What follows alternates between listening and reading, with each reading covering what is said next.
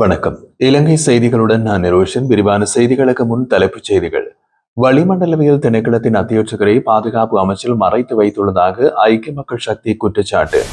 திட்வா புயலால் பாதிக்கப்பட்ட காணிகள் தொடர்பாக கணக்கெடுப்பு ஒன்றை மேற்கொள்ள காணி ஆணையாளர் நாயகம் திணைக்களம் நடவடிக்கை. முன்னாள் ஜனாதிபதி ரணில் விக்ரமசிங்கே எதிர்வரும் ஏப்ரல் மாதம் தமிழ் சிங்கள புத்தாண்டுக்கு பின்னர் நாடாளுமன்ற உறுப்பினராகும் திட்டத்தில் இருப்பதாக அரசியல் வட்டாரங்களில் பரவும் தகவல்கள். பிரதமர் ஹரணி அமரசூரிய சபாநாயகரை கோரி நாடாளுமன்றத்தை கூட்ட தீர்மானித்த முடிவை வரவேற்பதாக நாமல் ராஜபக்ச தெரிவிப்பு. தொடர்பது விரிவான செய்திகள். வளிமண்டலவியல் திணைக்களத்தின் அத்தியட்சகரை பாதுகாப்பு அமைச்சில் மறைத்து வைத்துள்ளதாக ஐக்கிய மக்கள் சக்தியின் நாடாளுமன்ற உறுப்பினர் முஜிபுர் ரஹ்மான் குற்றம் சாட்டியுள்ளார். அனர்த்த முகாமைத்துவ மத்திய நிலையத்திற்கு சென்று ஐக்கிய மக்கள் சக்தியின் நாடாளுமன்ற உறுப்பினர்கள் ஊடகங்களிடம் கருத்து தெரிவிக்கும் போது அவர் இதனை தெரிவித்தார். அவர் மேலும் கூறிய போது அத்தியட்சகரை ஏன் மறைத்து வைத்திருக்கிறீர்கள் என்று கேள்வி எழுப்பியதோடு அவருக்கும் ஊடகங்களுக்கும் நேரடியாக தொடர்பு கொள்ள வாய்ப்பு வழங்கப்பட வேண்டும் என்றார். தற்போது அத்தியட்சகரிடமிருந்து பெறப்படும் தகவல்கள் தனிமைப்படுத்தப்பட்டு சரிபார்க்கப்பட்ட பின்னரே ஜனாதிபதியின் ஊடக மையம் ஊடாக ஊடகங்களுக்கு வழங்கப்படுவதாகவும் அவர் சுட்டிக்காட்டியிருந்தார். இதனால் எங்கு ஒரு தவறு இடம்பெற்றிருக்கலாம் என்றும் அந்த தவறை மறைக்கவே அரசாங்கம் முயற்சி செய்கிறது என்றும் முஜிபுர் ரஹ்மான் விமர்சித்துள்ளார். ஏற்பட்ட உயிரிழப்புகளை அரசு பொறுப்பேற்க வேண்டும் என்றும் அவர் அதே நேரம் வலியுறுத்தினார். அரசாங்கம் தவறு செய்யவில்லை எனில் ஜனாதிபதி விசாரணை ஆணைக்குழு ஒன்றை அமைத்து முழுமையான விசாரணைகளை நடத்த வேண்டும் என்றும் அவர் கோரிக்கை விடுத்துள்ளார். பண்டிகை காலத்தை முன்னிட்டு அரசாங்க உத்தியோகத்தர்களுக்கு 4000 ரூபாய் மீறாத விசேட முற்பணத்தை வழங்குவது தொடர்பாக சுற்று நிரூபம் ஒன்று வெளியிடப்பட்டுள்ளது. இந்த சுற்று நிரூபத்தை பொது நிர்வாக மாகாண சபைகள் மற்றும் உள்ளூராட்சி அமைச்சின் செயலாளர் எஸ் ஆலோக பண்டாரு, அனைத்து அமைச்சுக்களின் செயலாளர்கள், மாகாண பிரதம செயலாளர்கள் மற்றும் திணைக்கள தலைவர்களுக்கு அனுப்பி வைத்துள்ளதாக தெரிவிக்கப்பட்டுள்ளது. ஒவ்வொரு ஆண்டும் பண்டிகை காலத்தை முன்னிட்டு அரசாங்க உத்தியோகத்தர்களுக்கு இந்த முற்பணம் வழங்கப்படுவது வழக்கமாகும்.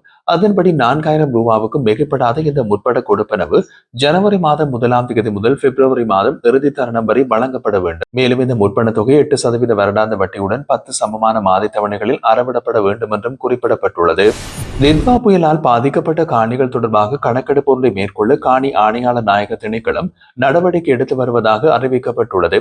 இதன்படி மண் சரிவுகளால் பாதிக்கப்பட்ட காணிகளை முதலில் பாதுகாக்கப்பட்ட பிரதேசங்களாக அறிவித்து பின்னர் அவற்றை மீண்டும் அளவீடு செய்ய வேண்டும் என்று காணி ஆணையாளர் நாயகம் சந்தன வனவீர ஆராய்ச்சி தெரிவித்தார். அபாய வலயங்களுக்குள் உள்ள காணிகள் பாதுகாக்கப்பட்ட பகுதிகளாக மாற்றப்படும் நிலையில் உரிய அனுமதி பத்திரம் கொண்ட காணிகள் பெறுமதி மதிப்பீடு செய்யப்பட்டு நஷ்டஈடு அல்லது மாற்றுக்காணி வழங்குவதற்கும் திணைக்களம் தயாராக இருப்பதாக அவர் குறிப்பிட்டுள்ளார். இதற்காக சம்பந்தப்பட்ட காணிகள் குறித்த தகவல்களை அந்தந்த மாவட்ட அரசாங்க அதிபர்களிடமிருந்து கோரியுள்ளதாகவும் தெரிவிக்கப்படுகிறது. மேலும் அரச காணிகளில் அத்துமீறி தங்கியுள்ள குடியிருப்பாளர்கள் தொடர்பிலும் இந்த நடவடிக்கை மேற்கொள்ளப்பட உள்ளதாகவும் இது குறித்து அனர்த்தத்தால் பாதிக்கப்பட்ட மாவட்டங்களில் உள்ள காணி அலுவலகங்களுக்கு ஏற்கனவே அறிவிக்கப்பட்டுள்ளதாகவும் காணி ஆணையாளர் நாயகம் தெரிவித்துள்ளார்.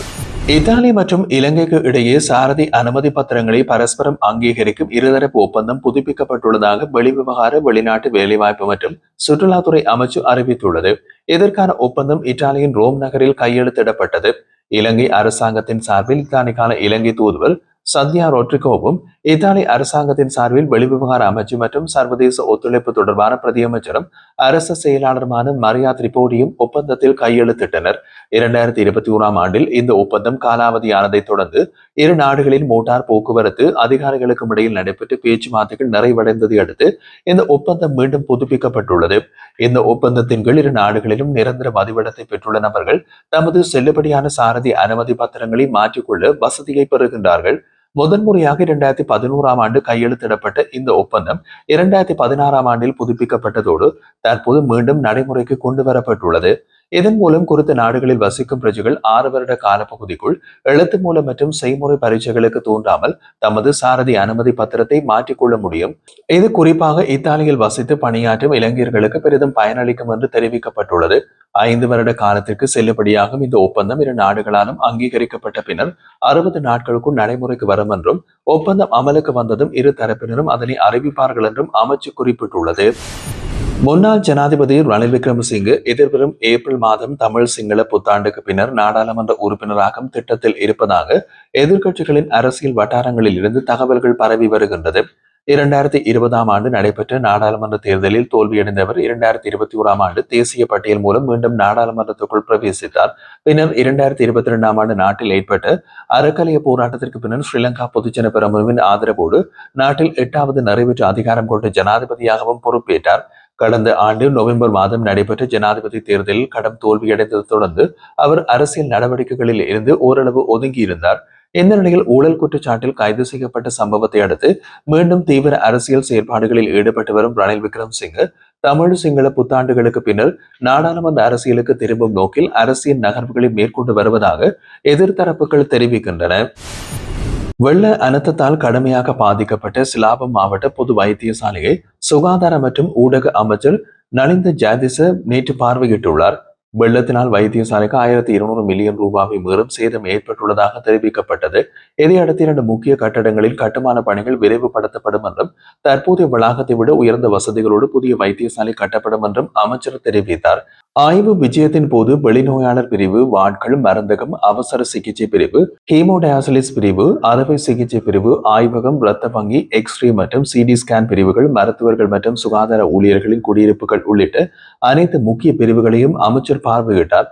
இதனைத் தொடர்ந்து வைத்தியசாலையின் எதிர்கால சேவைகளை படிப்படியாக மீளமைப்பது மற்றும் அவசியமான தேவைகள் தொடர்பாக நிபுணர்கள், மருத்துவர்கள் மற்றும் சுகாதார ஊழியர்களுடன் கலந்துரையாடல் நடத்தப்பட்டது. வைத்தியசாலையின் அபிவிருத்திக்காக இந்த வருட வரவு செலவு திட்டத்தில் சுமார் 650 மில்லியன் ரூபாய் ஒதுக்கப்பட்டுள்ளதாகவும் அந்த நிதியை பயன்படுத்தி தற்போது கட்டுமானத்தில் உள்ள 2 கட்டிட தொகுதிகளின் பணிகளை விரைவுபடுத்த திட்டமிடப்பட்டுள்ளதாகவும் ஸ்லாபு மாவட்ட பொது வைத்தியசாலையின் பணிப்பாளர் வைத்தியர் சுமித் அதநாயக்க தெரிவித்தார். மேலும் அரசாங்க நிதி ஒதுக்கீடுகளுக்கு மேலாக நன்கொடையாளர்கள் மற்றும் அரசு சாரா நிறுவனங்கள் வழங்கும் உதவிகள் மற்றும் மானியங்களும் வைத்தியசாலையின் கட்டுமான பணிகளுக்கு பயன்படுத்தப்படும் என்று அமைச்சர் குறிப்பிட்டார். இலங்கைக்கான அமெரிக்க தூதுவர் ஜோலிசங் மற்றும் விஞ்ஞானம் தொழில்நுட்பம் தொடர்பான ஜனாதிபதியின் சிரேஷ்ட ஆலோசகர் பேராசிரியர் கோமிக உடுகம சூரிய ஆகியோருக்கு இடையிலான சந்திப்பு அண்மையில் நடைபெற்றுள்ளது. இந்த சந்திப்பின் போது டிட்வா புயலால் பாதிக்கப்பட்ட மக்களுக்கு நிவாரண உதவிகளை வழங்குதல், இலங்கையை மீள கட்டியெழுப்புதல் உள்ளிட்ட விடயங்கள் குறித்து விரிவாக கலந்துரையாடப்பட்டது. அதேபோல் இலங்கையின் எதிர்காலத்தில் அறிமுகப்படுத்தப்பட உள்ள தேசிய ஆராய்ச்சி மற்றும் அபிவிருத்தி கொள்கை தொடர்பாகவும் கவனம் செலுத்தப்பட்டது.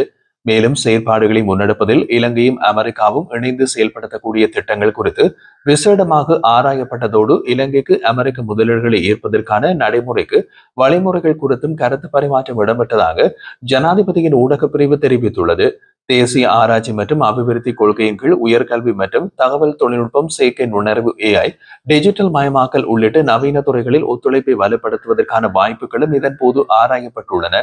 இலங்கையின் ஆராய்ச்சி மற்றும் அபிவிருத்தி முயற்சிகளை பலப்படுத்துவதன் மூலம் அமெரிக்க சந்தையில் புதிய வாய்ப்புகளை உருவாக்க முடியும் என்று அமெரிக்க தூதர் ஜோலிசங் சுட்டிக்காட்டியதுடன் இரு நாடுகளுக்கும் இடையிலான விஞ்ஞான மற்றும் தொழில்நுட்ப ஒத்துழைப்பை மேலும் பலப்படுத்துவதற்கான முழுமையான ஆதரவை வழங்குவதாகவும் தெரிவித்துள்ளார்.